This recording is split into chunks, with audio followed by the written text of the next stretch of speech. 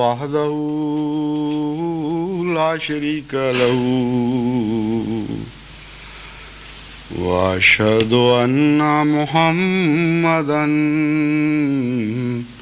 عبده ورسوله أما بعد فأعوذ بالله من الشيطان الرجيم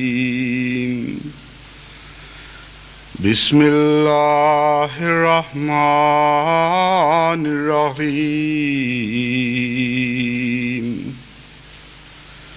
الحمد لله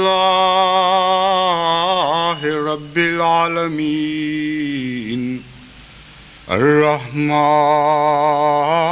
الرحيم مالك يوم الدين إياك نعبد وإياك نستعين اهدنا الصراط المستقيم صراط الذين أنعمت عليهم غير المغضوب عليهم ولا الضالين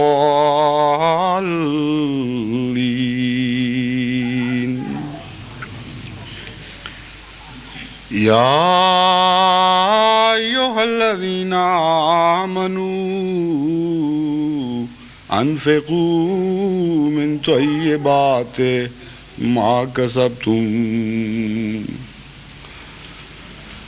من طيبات ما كسبتم ومما أخرجنا لكم من الأرض ولا تيمموا الخبيث منه تنفقون ولستم بآخذيه إلا أن تغمضوا فيه واعلموا أن الله غني حميد الشيطان يعدكم الفقر ويأمركم بالفحشاء والله يعدكم مغفرة منه وفضلا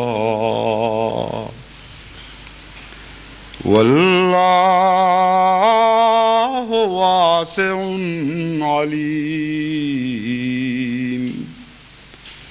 يؤتي الحكمة من يشاء ومن يؤت الحكمة فقد أوتي خيرا كثيرا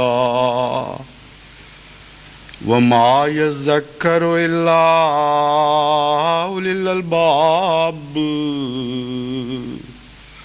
وما أنفقتم من نفقة أو نذرتم من نذر فإن الله يعلمه وما للظالمين من أنصار إن تبدوا الصدقات فنعما هي وإن تخفوها وتؤتوها الفقراء فهو خير لكم ويكفر عنكم من سيئاتكم والله بما تعملون خبير والله بما تعملون خبير ليس عليك هداهم ولكن الله يهدي من يشاء وما تنفقوا من خير فلأنفسكم وما تنفقون إلا ابتغاء وجه الله وما تنفقوا من خير يوفى إليكم وأنتم لا تظلمون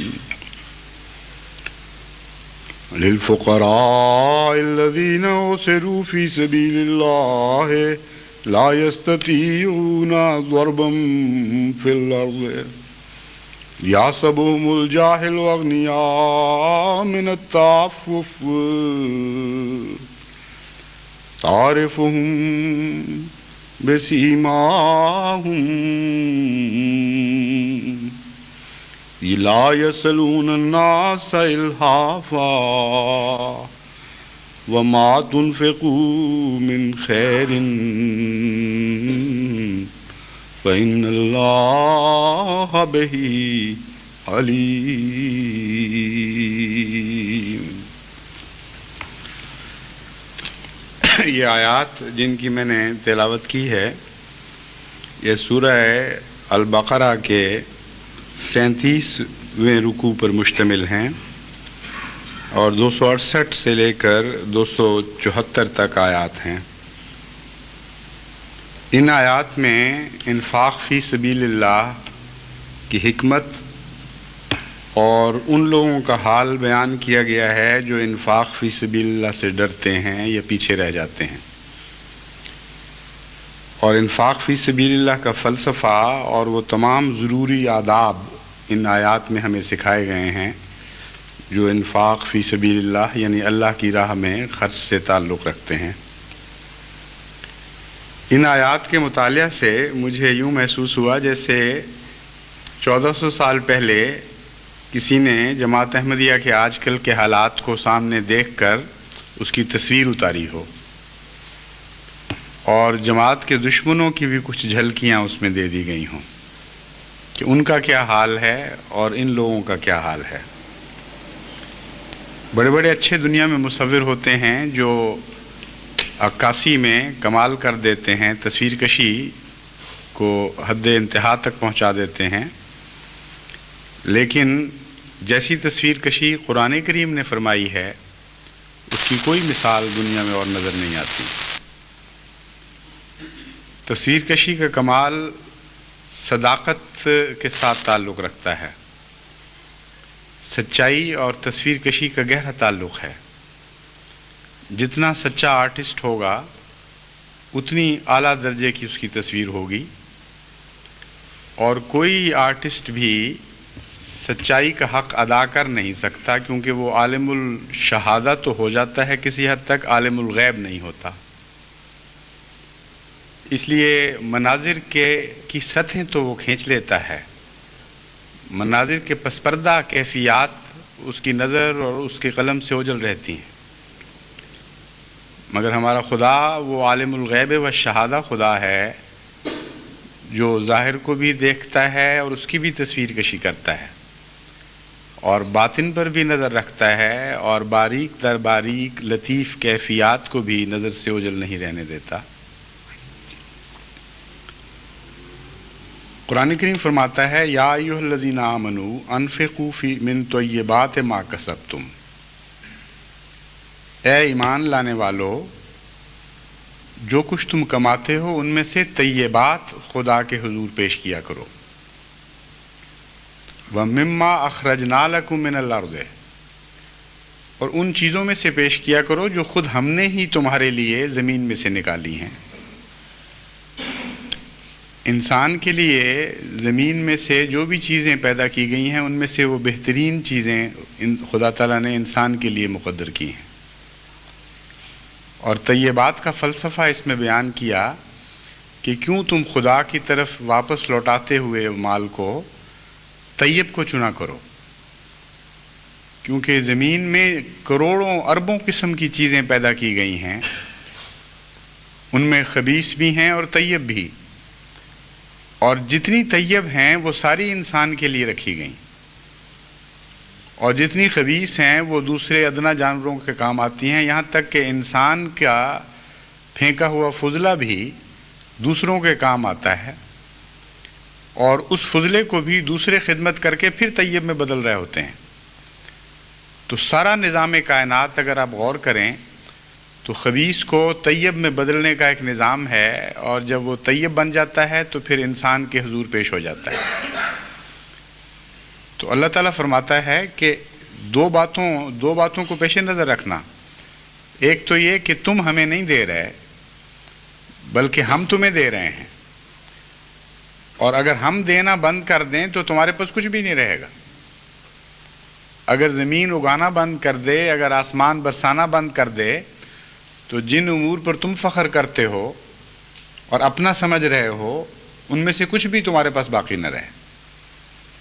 اور پھر یہ بھی خیال رکھنا کہ ہم تمہیں بہترین دے رہے ہیں زمین میں سے۔ تم ہمیں دیتے وقت ایسی خبیث چیز نہ دینا، ایسی گندی چیزیں نہ دینا۔ وَلَسْتُمْ بِآخِذِيهِ إِلَّا أَن تُغْمِضُوا فِيهِ، کہ خود کوئی تمہیں پیش کرے تو شرم اور حیا سے تمہاری آنکھیں جھک جائیں، یا چھپ کر لینا تو قبول کر لو، سر عام لینا قبول نہ کرو۔ چنانچہ اکثر ہمارے ملک میں بدقسمتی سے صدقات اور خیرات میں یہی طرز اختیار کی جاتی ہے کہ جو گندی چیز ہو، جو کسی کام کی نہ رہی ہو، اسے لپیٹ لپاٹ کے تاکہ لینے والے کو بھی نہ پتہ لگے کہ کیا دیا جا رہا ہے، اس طرح پیش کر دیا جاتا ہے کہ گھر جاتا ہے تو پتہ چلتا ہے کہ وہ کیا چیز تھی۔ تو تغمزو کا تو خیال اب دینے والے رکھنے لگ گئے ہیں۔ پہلے زمانے میں شاید انسان کی یہ کیفیت ہوتی تھی کہ کھلم کھلا دے دیا کرتا تھا کہ یہ کمزوری ہے اس میں، چاہتے ہو تو لے لو، تو اس وقت نگاہیں نیچی کرنے کا سوال تھا۔ اب ایسے بھی پیدا ہو چکے ہیں انسان جو دیتے وقت اس طرح لپیٹ دیتے ہیں کہ کسی کو آنکھیں نیچی نہ کرنی پڑیں۔ چنانچہ ایک مراسی بیچارے کے متعلق آتا ہے قصہ کہ کسی چودھری نے اس کو پگڑی لپیٹ کر دی، جو پلو بالکل صاف تھا وہ اوپر لپیٹ دیا، اور یہ نہیں پتہ لگ رہا تھا کہ اندر ہے کیا۔ تو جا کے اس نے کھولی تو وہ تو ساری سوراخ تھی، جہاں سے ہاتھ پڑتا تھا وہ پھٹنے لگ جاتی تھی۔ خیر وہ مراسی بھی اپنا انتقام لے لیا کرتے ہیں۔ دوسرے دن وہ حاضر ہوا اور اس نے پگڑی اسی طرح لپیٹ کر واپس پیش کی کہ حضور یہ پگڑی واپس لے لیں، یہ تو بہت اونچی ہے مجھ سے، اور ساری رات، یہ تو بہت بزرگ پگڑی ہے، مجھے سونے نہیں دیا، ساری رات لا الہ الا اللہ پڑھتی رہی، ایک منٹ خاموش نہیں ہوئی۔ تو چودھری نے کہا بیوقوف، لا الہ الا اللہ پڑھتی رہی، محمد رسول اللہ نہیں پڑھا؟ اس نے کہا نہیں، حضور سے پہلے کی تھی، یعنی اس زمانے سے پہلے کی ہے۔ تو یہ ہے وہ انسان کا طریق خدا کی راہ میں پیش کرنے کا۔ تو اللہ تعالیٰ فرماتا ہے کہ ہم تو خبیث چیزیں نہیں بلکہ طیب چیزیں تمہیں دیتے ہیں۔ تمہاری خبیث پھینکی ہوئی چیزوں کو بھی ہمارا سارا نظام خدمت کے طور پر مسخر ہوتا ہے، اور اسے صاف کر کر کے طیب بنا کے پھر تمہیں پیش کرتا چلا جاتا ہے، اور تم ہماری طیب دی ہوئی چیزوں کو خبیث بنا کر ہمارے سامنے پیش کرتے ہو، کچھ حیا تو کرو۔ اس لیے جب ہمارے حضور پیش کیا کرو تو یاد رکھنا کہ ہم ہی تمہیں دینے والے ہیں اور ہم تمہیں بہترین دینے والے ہیں، اس لیے بھی تم واپس بہترین کر کے ہماری خدمت میں پیش کیا کرو۔ وَاعْلَمُوا أَنَّ اللَّهَ غَنِيٌّ حَمِيدٌ، اور یاد رکھو خدا تعالیٰ غنی ہے، یعنی اس کو مال کی ضرورت نہیں ہے، اور حمید ہے، وہ صاحب تعریف ہے، اس کا طیب سے تعلق ہے۔ جو حمید ہو اس کو طیب کے سوا کچھ پہنچ ہی نہیں سکتا، اور جو غنی ہو وہ ویسے مال سے مستغنی ہے۔ تمہارا رکنا، تمہارا نہ دینا کچھ بھی خدا کے خزانے میں کمی پیدا نہیں کر سکتا، اس کے اور مقاصد ہیں، اور وہ مقاصد پھر اب خدا تعالیٰ بیان فرماتا ہے کہ ہم جو تم سے راہ خدا میں خرچ کرنے کی توقع رکھتے ہیں، تمہیں ہدایت دیتے ہیں، اس کی وجہ کیا ہے۔ دو قسم کے نظام خدا تعالیٰ نے اب یہاں بیان فرمائے ہیں، ایک شیطانی نظام اور ایک رحمانی نظام۔ فرماتا ہے الشیطان یعدکم الفقر ویامرکم بالفحشاء، شیطان تمہیں فقر سے ڈراتا ہے، اور ساتھ ہی یامرکم بالفحشاء، اور ساتھ تمہیں فحشاء کا حکم بھی دیتا ہے۔ اس میں غیر اللہ کے اخراجات اور ان کے رجحان کی بہت ہی پیاری تصویر کھینچی گئی ہے. پیاری ان معنوں میں کہ مکمل تصویر ہے اور گہری تصویر ہے. تو حیرت کے ساتھ آپ اس کو آیت کو غور سے پڑھیں اور سنیں تو حیرت کے ساتھ دیکھیں گے کہ کس تفصیل کے ساتھ ان لوگوں کا نقشہ کھینچا گیا ہے جو اللہ تعالیٰ کی راہ میں خرچ کرنے کی توفیق نہیں پاتے. ایک طرف تو شیطان ان کو فقر سے ڈراتا ہے کہ تمہارے پاس کیا رہے گا، دوسری طرف ایسے اخراجات پر اکساتا ہے جو انسانی ضروریات سے زائد بلکہ مضر ہیں، یعنی فحشاء کی تعلیم دیتا ہے. ان کو گندی اور بے حیا زندگی بسر کرنے پر اکساتا ہے اور ساتھ یہ ڈراتا ہے کہ اگر تم نے کچھ راہ خدا میں خرچ کیا تو یہ عیش پھر کیسے کرو گے. تو یہ معنی ہیں الشیطان یعدکم الفقر و یامرکم بالفحشاء. تمہیں حکم یہ دیتا ہے کہ فحشاء کی زندگی بسر کرو، اور فحشاء کی زندگی بسر کرنے کے لیے تو پھر پیسے زیادہ چاہیے. راہ خدا میں خرچ کرنے والے بیچارے کہاں سے وہ پیسے سمیٹیں گے اور کہاں سے پیسے بچائیں گے عیاشیوں کے لیے. تو اللہ تعالیٰ فرماتا ہے اس کا یہ طریقہ کار ہے، دو طرح سے تمہیں مارتا ہے. راہ خدا میں خرچ سے روک دیتا ہے، تمہاری راہ میں کھڑا ہو جاتا ہے، اور بدیوں کی زندگی پر اکساتا ہے. ہر طرح سے تم اس کے مشورے میں آ کے مارے جاتے ہو. انفاق فی سبیل اللہ اس کے بالکل برعکس نتائج پیدا کرتا ہے، اور وہ تمہارے لیے ہیں، تمہارے اپنے فائدے کے لیے ہیں. واللہ یعدکم مغفرۃ منہ وفضلا.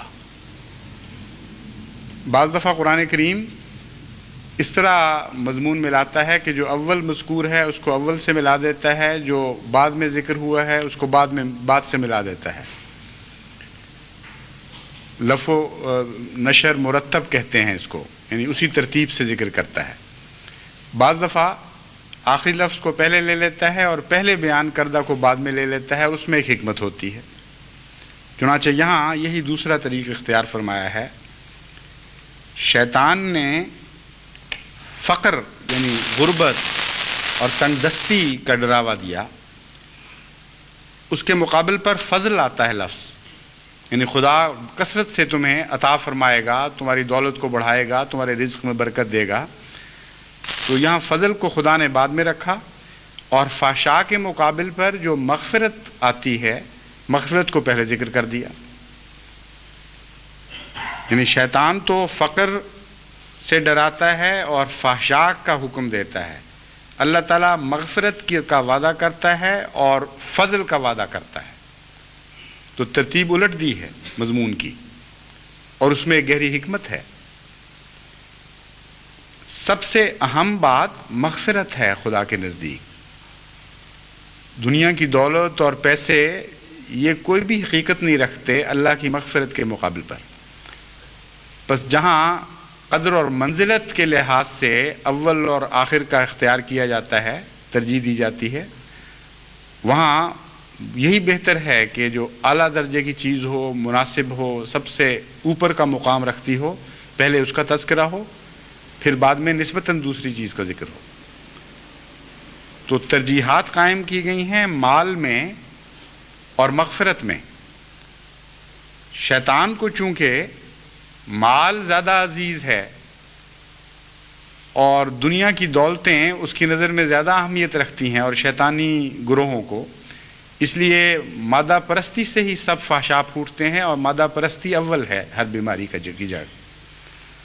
چنانچہ وہاں مال کا پہلے ذکر کر دیا اور باقی چیزوں کا بعد میں ذکر فرمایا. ایک تو یہ حکمت ہے کہ مغفرت کی اہمیت ہے. اللہ تعالیٰ فرماتا ہے کہ وہ فحشاء کی تعلیم دیتا ہے اور میں تمہیں مغفرت کی طرف بلاتا ہوں. یعنی بجائے اس کے کہ گناہوں میں آگے بڑھائے اسلام کی تعلیم، جو گناہ تم سے پہلے سرزد ہو چکے ہیں ان کے بوجھ بھی کم کرتی ہے.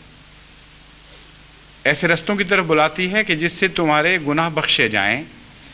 تو جب تم اموال خرچ کرتے ہو اللہ کی راہ میں، تو اس کا سب سے بڑا اہم فائدہ تمہیں یہ پہنچتا ہے کہ تمہارے گناہ بخشے جاتے ہیں اور تمہیں مغفرت نصیب ہوتی ہے.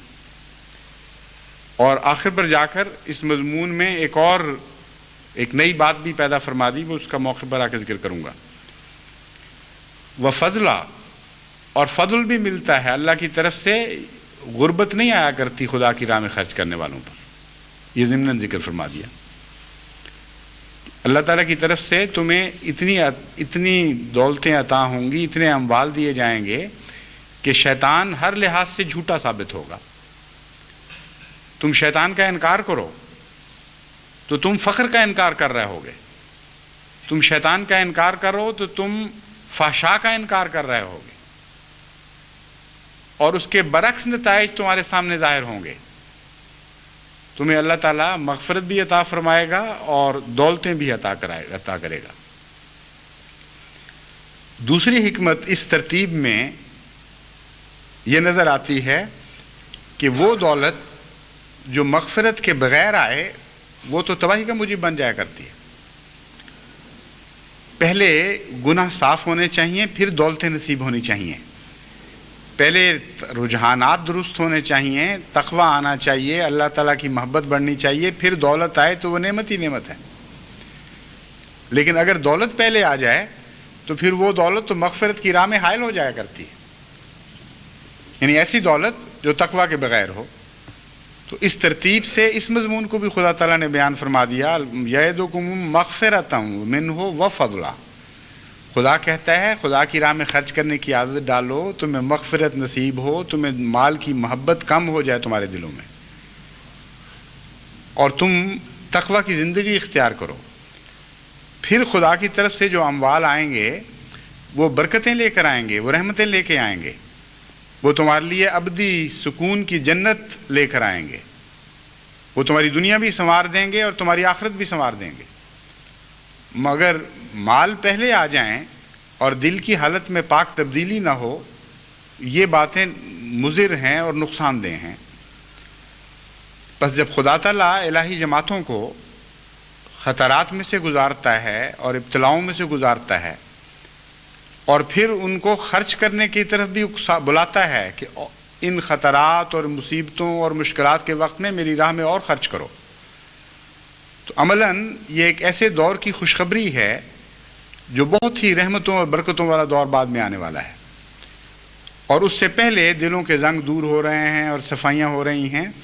جس طرح جلسہ سالانہ میں مہمانوں کے آنے سے پہلے ہم دیگیں صاف کروایا کرتے تھے، کہیں وہ تیزاب گھل رہا ہے ان کے اندر، کہیں کلیاں قلعی ہو رہی ہے، اور صفائیاں ہر قسم کی، تو بہت کثرت سے چیز ملنی ہو تب یہ صفائیاں ہوا کرتی ہیں۔ تو اللہ تعالیٰ فرماتا ہے کہ ہم مغفرت اس لیے کروا رہے ہیں، مغفرت کا انتظام، کہ تمہیں ہم بہت دینے والے ہیں، سنبھالا نہیں تم سے جائے گا۔ اگر مغفرت سے پہلے تمہیں دے دیا تو پھر تم مارے جاؤ گے، پھر تمہارا حال انہی قوموں کی طرح ہو جائے گا جن کو دولتیں ملی لیکن ان کی دنیا بھی مٹا گئی اور ان کی آخرت بھی مٹا گئی۔ واللہ واسع علیم، اللہ تعالیٰ تنگی ڈالنے کے لیے تم سے نہیں لے رہا، وسعتیں عطا کرنے کے لیے لے رہا ہے۔ گویا خدا کی راہ میں جتنا خرچ کرو گے اتنا تمہیں وسعتیں نصیب ہوں گی، ہر جہت میں وسعتیں نصیب ہوں گی۔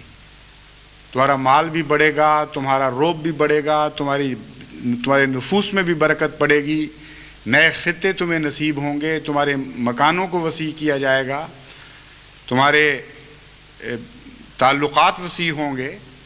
گویا ہر پہلو سے اللہ تعالیٰ کو تم واسع پاؤ گے۔ اور علیم ان معنوں میں کہ اس کو علم ہے کہ کس حد تک وسعت عطا کر رہی ہے، کس حد تک نہیں کرنی، اور آنکھیں بند کر کے جذبات میں آ کر وہ وسعتیں دینے والا نہیں ہے، بلکہ علم کی بنا پر جانتے ہوئے کہ کون سی وسعت کیا نتیجہ پیدا کرے گی وہ وسعتیں عطا فرماتا ہے۔ یؤتی الحکمۃ من یشاء، یہ حکمت کی باتیں ہیں۔ چنانچہ فرماتا ہے جسے چاہتا ہے وہ حکمت عطا کرتا ہے۔ اور اگر آپ غور کریں تو انسانی زندگی کا جو اموال سے تعلق ہے اور دونوں قسم کے جو تعلقات ہیں وہ کیا نتائج پیدا کرتے ہیں، ان پر آپ غور کریں تو تمام انسانی تاریخ کو آپ کے سامنے یوں معلوم ہوتا ہے قرآن نے کھول کے رکھ دیا ہے، اور ماضی کو نہیں، مستقبل کو بھی کھول کے رکھ دیا ہے۔ آج کل تو بالکل یوں نظر آتا ہے جس طرح جماعت احمدیہ کو سامنے ملحوظ رکھتے ہوئے اللہ تعالیٰ انسانی فطرت کا نقشہ کھینچ رہا ہے کہ کچھ لوگ اس طرح عمل کیا کرتے ہیں، کچھ اس طرح عمل کیا کرتے ہیں. کچھ لوگ گندگیاں تقسیم کر رہے ہیں خدا کی راہ میں، پھٹے ہوئے کپڑے دے رہے ہیں. کچھ ہیں جو اپنے زیور اتار کے پیش کر رہی ہیں عورتیں، اور پھر بھی ان کے دل کو چین نہیں ملتا. ایک نگ بھی باقی رہ جائے تو ان کا دل کڑتا رہتا ہے کہ کاش ہمیں اجازت ہوتی تو ہم یہ بھی پیش کر دیتے. تو یہ جو دو فریق ہیں ان کے نقشے اتنے کھل کر سامنے رکھے گئے ہیں کہ اگر کسی نے صداقت کو پہچاننا ہو تو انفاق فی سبیل اللہ کرنے والوں کو دیکھے خدا کے نام پر کون کس طرح خرچ کر رہا ہے. جس کا نقشہ ان آیات کے مطابق ہوگا اس کو خبیث آپ نہیں کہہ سکتے، اس کو گندے لوگ نہیں کہہ سکتے اس جماعت کو. جس کا نقشہ دوسری جہت پہ ہوگا جو قرآن کریم نے خود کھینچا ہے ان کو آپ پاک باز نہیں کہہ سکتے، ان کو خدا والے نہیں کہہ سکتے. تو جس طرف بھی آپ نظر ڈالیں آپ کو صداقت کا پہچاننا کوئی مشکل نہیں ہے. قرآن کریم نے خوب کھول کھول کر یہ مضامین بیان فرمائے ہیں. چنانچہ ایک ایسی عورت کا بھی ہمیں اپنی سوسائٹی میں ذکر ملتا ہے، اور یہ کسی احمدی کا بنایا ہوا لطیفہ نہیں ہے، یہ تو عام مشہور عام ہے کہ ایک بی بی نے ایک مولوی صاحب کو، گاؤں کے جو مولوی ہیں ان کو کھیر بھیجی ایک مٹی کے برتن میں، اور وہ جب کھیر لے کے گیا تو اس کے مولوی صاحب تو بڑے متعجب ہوئے کیونکہ ان کو اکثر تو وہ بچی روٹیاں اور باسی سالن وغیرہ دیا کرتی تھی. تو مولوی صاحب نے کہا کہ آج کیا بات ہے، خیر ہے گھر میں کوئی مبارک بات ہے کہ آج کھیر آ گئی ہے وہاں سے. تو بچہ بیچارہ معصوم تھا، اس نے کہا نہیں مولوی صاحب وہ کتا منہ ڈال گیا تھا اس کو، اسی لیے امی نے بھجوا دی. مولوی صاحب کو غصہ آیا، انہوں نے اٹھا کے برتن پھینکا، مٹی کا برتن تھا ٹوٹ گیا. تو بچہ رونے لگا کہ مولوی صاحب آپ نے تو مروا دیا مجھے، واپس جاؤں گا امی ماریں گی کہ اب منع کو پیشاب کس چیز میں کرایا کریں گی، اسی برتن میں کرایا کرتی تھی. تو ایک خدا کے نام پر ایسا خبیثانہ خرچ بھی ہے کہ جن کو تم قوم کا معزز سمجھتے ہو، جن کے ہاتھ میں اپنے دین کی لگام دی ہوئی ہے تم نے، جن سمجھتے ہو کہ جن کی باتوں پر اعتماد کر کے تمہارے لیے جنت یا جہنم کے فیصلے ہوں گے، جو عملاً حقیقت میں قوم کے سردار کہلانے چاہیے، ان کو تم خدا کے نام پر یہ خبیث چیزیں دیتے ہو اور پھر کہتے ہو کہ تم خدا والے ہو. اور ایک طرف احمدی خواتین ہیں کہ جن کو نفرتیں ہو گئی ہیں اپنے زیوروں سے. بعض ایسی ہیں جن کے مرحوم ماں باپ نے بڑی محنت اور پیار کے ساتھ نشانیاں دی تھیں، اور نشانیاں اتار کے گلوں سے پھینک رہی ہیں اور اپنے ہاتھوں سے اتار کے پھینک رہی ہیں، اور اس کثرت کے ساتھ ایسی اطلاعیں مل رہی ہیں کہ ان کا بیان ہی ممکن نہیں. وہ کہتے ہیں یہ جو ہماری سب سے اچھی چیز ہے یہ ہم خدا کو پیش کرنا چاہتی ہیں. کہاں یہ جماعت، کہاں وہ جماعت. اور یہ آیت ہے، اس کو پڑھ لیں دوبارہ اور نقشہ دیکھ لیں کہ خدا تعالیٰ کا کلام کس جماعت کو اپنی جماعت قرار دے رہا ہے اور کس جماعت کو دوسروں کی جماعت قرار دے رہا ہے. فرماتا ہے یؤتی الحکمت من یشاء، یہ حکمت کا کلام ہے، ہم جسے چاہیں عطا کریں. ومن یؤت الحکمۃ فقد اوتی خیرا کثیرا، اور حکمت ہی اصل دولت ہے، وہ خیر جو فضل کی صورت میں بعد میں تمہیں ملے گی اس میں تو تمہیں دلچسپی اب کوئی نہیں رہی. ہم حکمتیں جو تمہیں عطا کر رہے ہیں اور تمہیں حکمتوں کا عاشق بنا دیا ہے ہم نے، تو دیں گے تو ہم ضرور، لیکن اعلیٰ مقاصد میں خرچ کی خاطر. تمہاری تمنا پوری ہوگی حکمتوں کے نتیجے میں جو ہم تمہیں عطا کرتے ہیں، کیونکہ تمہارے نزدیک سب سے بڑی دولت اللہ کی طرف سے عطا کردہ حکمت ہے. وما تذکروا الا اولو الالباب، اور یہ باتیں صاحب عقل لوگوں کے سوا کسی کو نہیں سمجھ آیا کرتی. فرماتا ہے جہاں تک اس بات کا تعلق ہے کہ تم خدا کی راہ میں جو خرچ کرتے ہو تو وہ خرچ کسی کے علم میں بھی آیا ہے کہ نہیں، تو اللہ فرماتا ہے وما انفقتم من نفقۃ، جو تم خرچ کرتے ہو، اور نذرتم من نذر، اور جو خرچ کی تمنا رکھتے ہو. تمہارا دل چاہتا ہے کہ کریں اور نہیں ہوتا، پھر تم نظریں مانتے ہو کہ اے خدا یہ ہمیں مل جائے تو ہم یہ خرچ کریں گے، وہ مل جائے تو ہم وہ خرچ کریں گے۔ فرماتا ہے کیے ہوئے خرچ پر بھی خدا کی نظر ہے، اور اس خرچ پر بھی نظر ہے جس کی حسرتیں تم دلوں میں رکھتے ہو، جن کی تمنائیں لیے ہوئے ہو۔ گویا دونوں خدا نے مقبول کر لیے۔ یعلمہ کا یہ مطلب نہیں ہے کہ صرف نظر ہے، مراد یہ ہے کہ اللہ تعالیٰ کے علم میں آیا، گویا خدا کو مل گیا تمہاری طرف سے۔ وَمَا لِلظَّالِمِينَ مِنْ أَنصَارٍ، اور ظالموں کے لیے تو کوئی مددگار نہیں ہوا کرتا، مراد یہ ہے تمہارے لیے تو ضرور مددگار آئیں گے۔ ہم تو ظالموں کو نہیں مدد دیا کرتے، لیکن ایسے پیاروں کو جو ہماری خاطر خرچ کرتے ہیں اور پھر خرچ کی اتنی تمنا رکھتے ہیں، یہ کیسے ہو سکتا ہے کہ ہم ان کو مدد کے بغیر چھوڑ دیں؟ ان تبدوا الصدقات فنعما ہی وان تخفوها وتؤتوها الفقراء فهو خیر لکم ویکفر عنکم من سیئاتکم۔ اب صدقات تم اگر کھلم کھلا پیش کرو تاکہ لوگوں میں تحریک پیدا ہو اور خدا کی راہ میں ایک دوسرے سے بڑھ کر اموال خرچ کیے جائیں، تو یہ بھی بہت اچھی نیت ہے۔ اور اگر تم چھپا کر غریبوں میں اس طرح دو کہ کسی کی نگاہ نہ پڑے، تو یہ بھی تمہارے لیے بہتر ہے۔ خیر الکم سے مراد یہ ہے کہ تمہیں اس خطرے سے بچائے گی یہ بات کہ تم میں ریا پیدا ہو جائے، تم میں دکھاوا آ جائے اور بظاہر نیکی پر خرچ کر رہے ہو لیکن عملاً اپنی انانیت کے اوپر خرچ کر رہے ہو۔ ان خطرات سے بچ جاؤ گے۔ واللہ بما تعملون خبیر، اور جس طرح بھی تم خرچ کرو گے یہ یاد رکھ لینا کہ اللہ کی اس پر نظر ہے۔ تو ظاہر کا خرچ بھی اور باطن کا خرچ بھی، یہ دونوں خرچ تب مقبول ہوں گے اگر اس طریق پر کیے جائیں کہ انسان واقف ہو اس بات سے کہ خدا نظر رکھتا ہے۔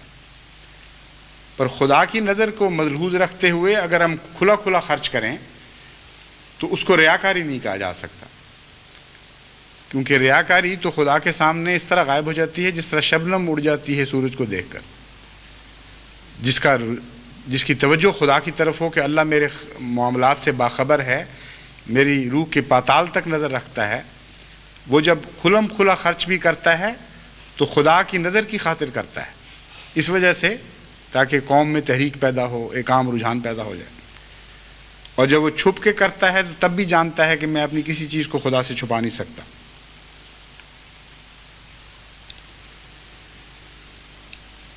پھر فرماتا ہے اللہ تعالیٰ لیسا علیک ھداھم ولکن اللہ یہدی من یشاء، کہ اے محمد صلی اللہ علیہ وآلہ وسلم، تجھ پر ان کی ہدایت نہیں ہے، یعنی تجھے ہم نے ذمہ دار نہیں ٹھہرایا، اگر وہ ہدایت نہیں پائیں گے تو تجھ پر کوئی گناہ نہیں۔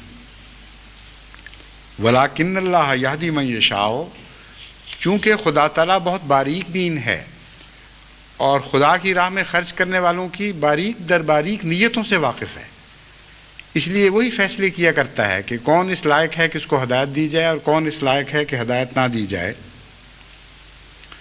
وما تنفقوا من خیر فلانفسکم، فرماتا ہے جو کچھ بھی تم خرچ کرتے ہو ہم تمہیں دوبارہ بتا دیتے ہیں کہ اس میں سے ایک ذرہ بھی ایسا نہیں جو جسمانی اور مادی لحاظ سے خدا کو پہنچ جائے۔ فلانفسکم، وہ بالآخر تمہارے اندر خرچ ہوتا ہے، یا وہ تمہاری انفرادی بھلائی کے لیے خرچ ہوتا ہے یا وہ تمہاری قومی بھلائی کے لیے خرچ ہوتا ہے۔ قومی زندگی نصیب ہوتی ہے، قوم کو طاقت عطا ہوتی ہے۔ تو تم جو سوچ رہے تھے کہ ہم خدا کو دے رہے ہیں، تو یہ دماغ سے نکال دو بالکل کہ عملاً اس کا کچھ حصہ مادی لحاظ سے خدا کو پہنچ رہا ہے، تمہاری اپنی تقویت کا موجب ہے۔ وہ قومیں جو خرچ کرتی ہیں قومی لحاظ سے، ان کی کیفیتیں بدلتی رہتی ہیں، ان میں عظیم الشان طاقتیں پیدا ہو جاتی ہیں، اور وہ افراد جن پر قومیں خرچ کیا کرتی ہیں ان افراد کی بھی حالتیں بدلنے لگتی ہیں، ان لوگوں میں فقیر نہیں رہتے، ان لوگوں میں مسکین نہیں رہتے، رفتہ رفتہ ساری قوم کی حالت بدل جاتی ہے۔ تو فرمایا سب کچھ یاد رکھو کہ تمہارے لیے ہے، لیکن ایک بات ہم تمہیں بتا دیتے ہیں ہمارے لیے کیا ہے، ایک چیز ہمارے لیے بھی ہے، وَمَا تُنْفِقُونَ إِلَّا ابْتِغَاءَ وَجْهِ اللَّهِ، ہمارے لیے یہ ہے کہ ہم جانتے ہیں کہ تم نے قوم کی خاطر خرچ نہیں کیا تھا، تم نے ہماری خاطر کیا تھا، تم نے جو کچھ دیا تھا ہماری محبت میں دیا تھا۔ یہ وہ چیز ہے جو ہمیں پیاری ہے اور یہ ہمارے لیے ہے۔ اور ہم تمہیں اس کے نتیجے میں ایک اور وعدہ بھی تم سے کرتے ہیں کہ چونکہ تم نے ہماری خاطر خرچ کیا تھا، وَمَا تُنْفِقُوا مِنْ خَيْرٍ يُوَفَّى إِلَيْكُمْ وَأَنْتُمْ لَا تُظْلَمُونَ،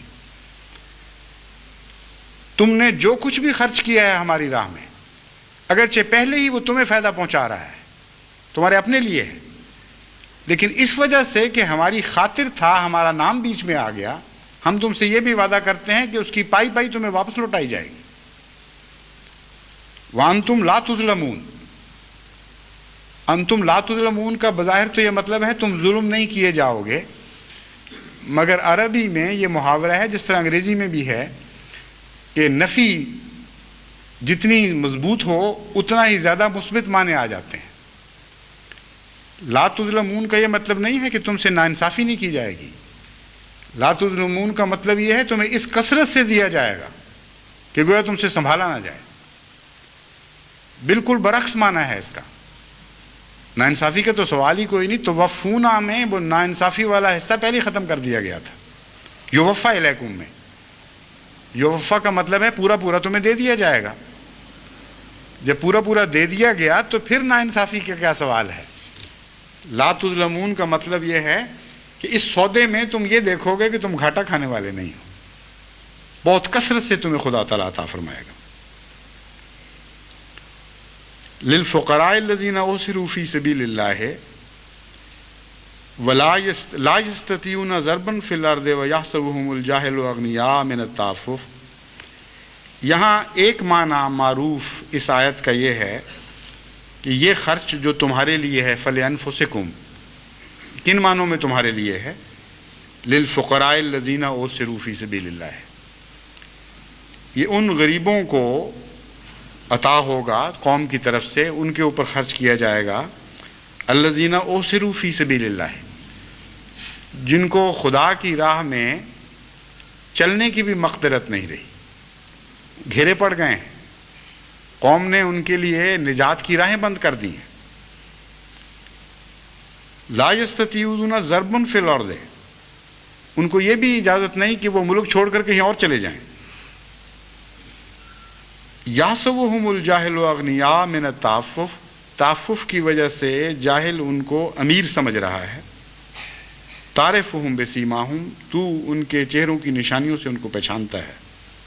لا یسألون الناس الحافا، وہ کسی سے انسان سے مانگتے نہیں پیچھے پڑ کے۔ وما تنفقوا من خیر فإن اللہ بہ علیم، جو تم خدا کی راہ میں خرچ کرتے ہو اللہ اس سے واقف ہے۔ تو ایک معنی تو معروف یہ ہے کہ یہ خرچ جو تم کرتے ہو خدا کی راہ میں، یہ بالآخر قوم کے غریبوں، قوم کے کمزوروں کو پہنچتا ہے، ان میں طاقت پیدا ہوتی ہے۔ لیکن ایک اور معنی بھی یہ ہے جو نہایت اعلیٰ درجے کا معنی اول درجے کے خدا کے مخلصین کے لیے ہے، وہ یہ ہے وَمَا تُنْفِقُوا مِنْ خَيْرٍ يُوَفَّى إِلَيْكُمْ وَأَنْتُمْ لَا تُظْلَمُونَ لِلْفُقَرَاءِ الَّذِينَ أُسِرُوا، تمہیں خدا کثرت سے جو دے گا وہ کن لوگوں کو عطا ہوگا؟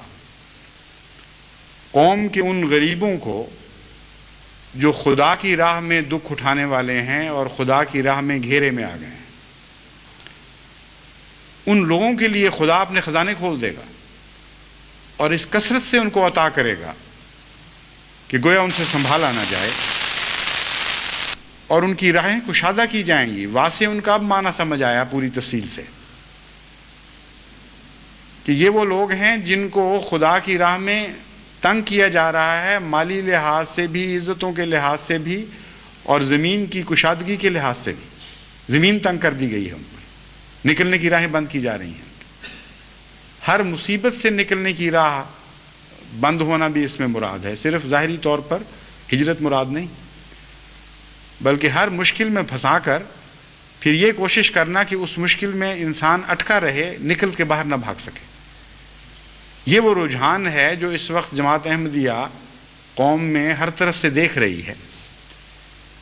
اس نقشے کو کھینچ کر اللہ تعالیٰ فرماتا ہے کہ ان لوگوں کے لیے میں عطا لے کر آؤں گا اور ہر کوشش جو ان کو تنگ کرنے کی جا رہی ہے اسے ناکام بنا کر برعکس نتیجہ پیدا کروں گا۔ تو چونکہ اوسروا فی سبیل اللہ کا مضمون آنا تھا، اس لیے واضح ان پہلے ہی فرما دیا کہ اللہ تعالیٰ تمہیں تنگ نہیں رہنے دے گا، تمہاری زمینیں تنگ کی جائیں گی، خدا کشادہ زمینیں عطا کرے گا، تمہیں ایک ملک میں روکا جائے گا، خدا نئے نئے ملک تمہیں عطا کرے گا، تمہارے رزق کی راہیں تنگ کی جائیں گی، اللہ تمہارے رزق کی راہیں کشادہ فرما دے گا۔ اور علیم کے معنی یہاں یہ ہیں کہ بظاہر عام انسان کی نظر اس وقت نہیں جا سکتی ان حالات پر، کیونکہ ظاہری حالات کو دیکھو تو یہ نتیجہ نکلنا ہی نہیں چاہیے۔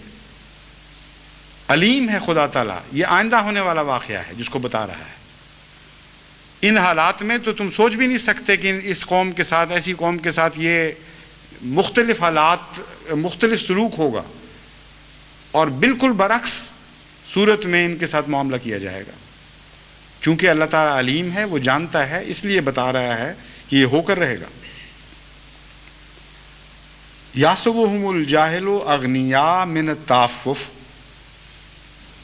اس کا ترجمہ عموماً یہ کیا جاتا ہے، اور یہ بھی درست ہے، کہ جاہل لوگ ان کو اپنے غنائے نفس کی وجہ سے، تعفف سے مراد لیے جاتی ہے غنائے نفس، یعنی سوال نہیں کرتے، بچتے ہیں سوال سے، اس وجہ سے اغنیاء سمجھ لیتے ہیں، یعنی امیر سمجھ لیتے ہیں۔ لیکن ایک اور معنی بھی اس آیت کا ہے، اور وہ اصل اور حقیقی ہے، اور پرانے جو پہلی آیات گزری ہیں ان کے ساتھ مطابقت کھانے والا معنی ہے۔ تعفف کا معنی ہے پاکیزگی، جو فحشاء کا برعکس ہے، اور تعفف کا معنی ہے مستغنی ہونا، یعنی کسی دوسرے کے احتیاج سے آزاد ہو جانا۔ تو یہاں الہی جماعتوں کا ایک حیرت انگیز نقشہ کھینچا گیا ہے جو شیطانی کوشش کے بالکل برعکس ہے، اور یہ اسی آیت کی ایک برعکس تصویر کھینچی گئی ہے جو پہلے گزر گئی ہے، کہ شیطان تمہیں فحشاء کی تعلیم دیتا ہے اور فقر سے ڈراتا ہے کہ تم نے تو فحشاء کی زندگی اختیار کرنی ہے، میں تمہارے دل میں تمنائیں پیدا کر چکا ہوں، اور فقر اس کی راہ میں حائل ہو جائے گا، اس لیے بچاؤ۔ اور ایسے لوگ اپنی غربت کے ڈنڈورے پیٹنے لگ جاتے ہیں بعض دفعہ، اس ڈر کے مارے بیچارے کہ کوئی ہم سے مانگ نہ بیٹھے، کہتے ہیں جی اتنا نقصان ہو گیا، لوگ کیا سمجھتے ہیں، وہ لوگ سمجھتے ہیں جی بڑی تجارتیں ہیں، یہ نہیں نہ پتا کہ آگے سے نقصانات کتنے کتنے ہوتے ہیں۔ لوگ سمجھتے ہیں بڑی تنخواہ مل رہی ہے، لیکن پھر ٹیکس، پھر اخراجات، پھر سفید پوشیاں، اچھا بھلا خدا نے رزق عطا کیا ہوتا ہے، اور وہ تعفف وہ بھی ایک اختیار کرتے ہیں برعکس قسم کا، فقر سے ڈر کر وہ خود اپنے فقر کے ڈنڈورے پیٹتے رہتے ہیں کہ غریب نہ ہو جائیں، اس لیے کیوں نہ خود ہی اپنے آپ کو غریب کہنا شروع کر دیں۔ اللہ تعالیٰ فرماتا ہے کہ وہ جاہل دیکھو اپنے آپ کو خود فقیر بنا کے ظاہر کر رہے ہیں کہ مارے جائیں گے، ہم خرچ کریں گے۔ یہ جو فرمایا ہے یعدکم الفقر، شیطان تمہیں فقر سے ڈراتا ہے، اس کے یہی معنی ہیں کہ وہ اپنے آپ کو فقیر ظاہر کرتے ہیں ڈر کے مارے کہ ہم فقیر نہ ہو جائیں۔ دوسری طرف کچھ غریب بندے ہیں خدا کے، اس کے در کے فقیر، لیکن وہ اتنے پاک باز ہو چکے ہیں کہ ان کی ضروریات سکڑ گئی ہیں، نیکی اور تقوی کی وجہ سے زندگی کی زائد ضروریات میں ان کو دلچسپی نہیں ہے، اور اس کی وجہ سے انہیں ایک اور تعفف نصیب ہوتا ہے، یعنی فحشاء کے برعکس ایک ہی لفظ رکھا جس نے دونوں معنی پیدا کر دیے، فحشاء کے خلاف مضمون بھی عطا کر دیا اور فقر کے خلاف بھی مضمون دے دیا اس لفظ میں۔ اور وہ دوسرا معنی یہ ہے کہ وہ اپنی عصمت، اپنی پاکیزگی، اپنی قناعت نفس کی بنا پر امیر ہو جاتے ہیں، وہ دنیا کی احتیاج سے باہر نکل جاتے ہیں، ان کو سوال کی حاجت ہی نہیں رہتی کسی سے، اور دنیا کہتی ہے بڑے امیر لوگ۔ چنانچہ جماعت احمدیہ کے متعلق بیان ہی یہی ہو رہا ہے آج کل، بڑی بڑی تیل کی دولتیں ہیں لوگوں کو نصیب، بڑی بڑی دنیا کی تجارتیں ہیں حکومتوں کے قبضے میں، اور انڈسٹریز ہیں، بڑی بڑی امیر قومیں ہیں، لیکن ان لوگوں سے بھی جب آپ بات کریں تو کہتے ہیں جماعت احمدیہ بڑی امیر ہے۔ چنانچہ مجھے تعجب ہوا، مجھ سے کئی ملنے والے آتے رہتے ہیں یہاں، جب سنتے ہیں کہ میں یہاں آیا ہوا ہوں تو انگلستان کے بعض بڑے بڑے اس فہم والے لوگ، بعض دفعہ امریکہ کے بھی، دوسرے ممالک کے بھی آتے ہیں تو ملتے ہیں۔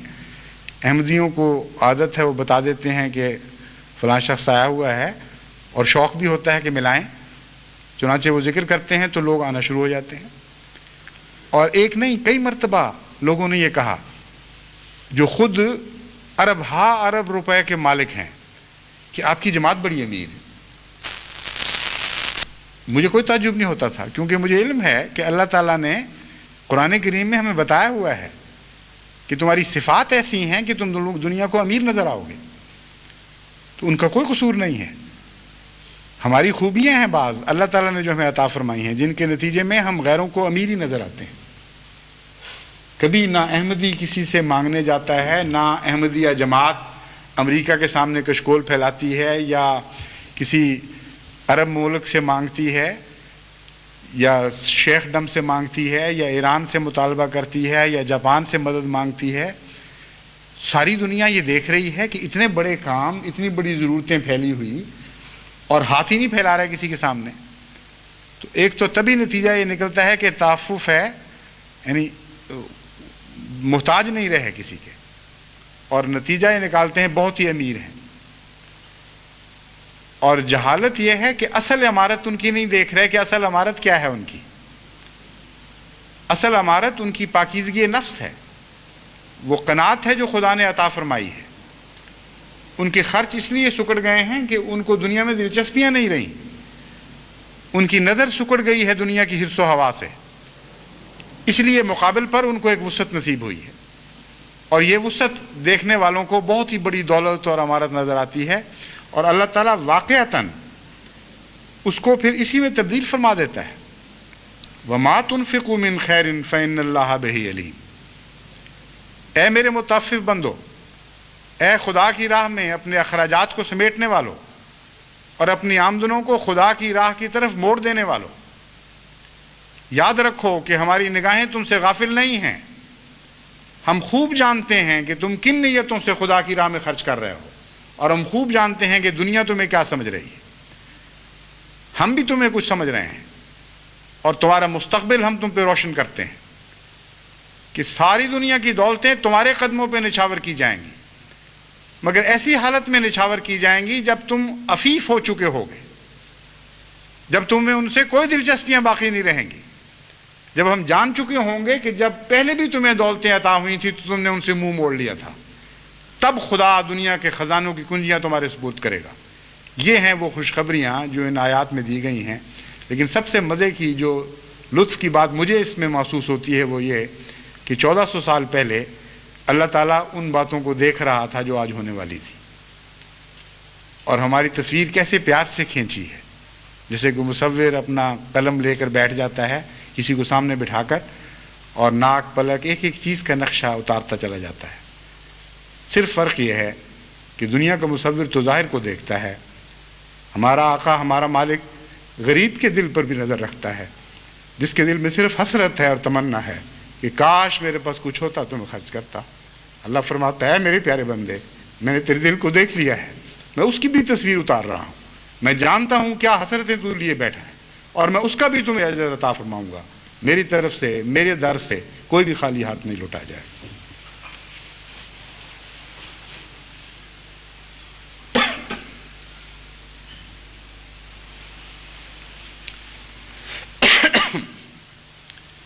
الحمدللہ نحمدہ ونستعینہ ونستغفرہ ونؤمن بہ ونتوکل علیہ ونعوذ باللہ من شرور انفسنا ومن سیئات اعمالنا من يهده الله فلا مضل له ومن يضلله فلا هادي له ونشهد أن لا إله إلا الله وحده لا شريك له ونشهد أن محمدا عبده ورسوله. عارف صاحب کا جنازہ آ گیا ہے؟ آ گیا ہے. وہ یاد نہیں کرایا اس بیچ میں. جنازہ ہوگا جمعے کے بعد.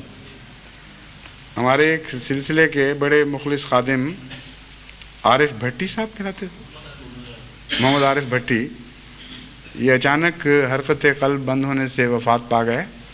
بہت مخلص تھے، بڑے معمر، بہت معمر تو نہیں لیکن پھر بھی 75 سال کے قریب عمر تھی.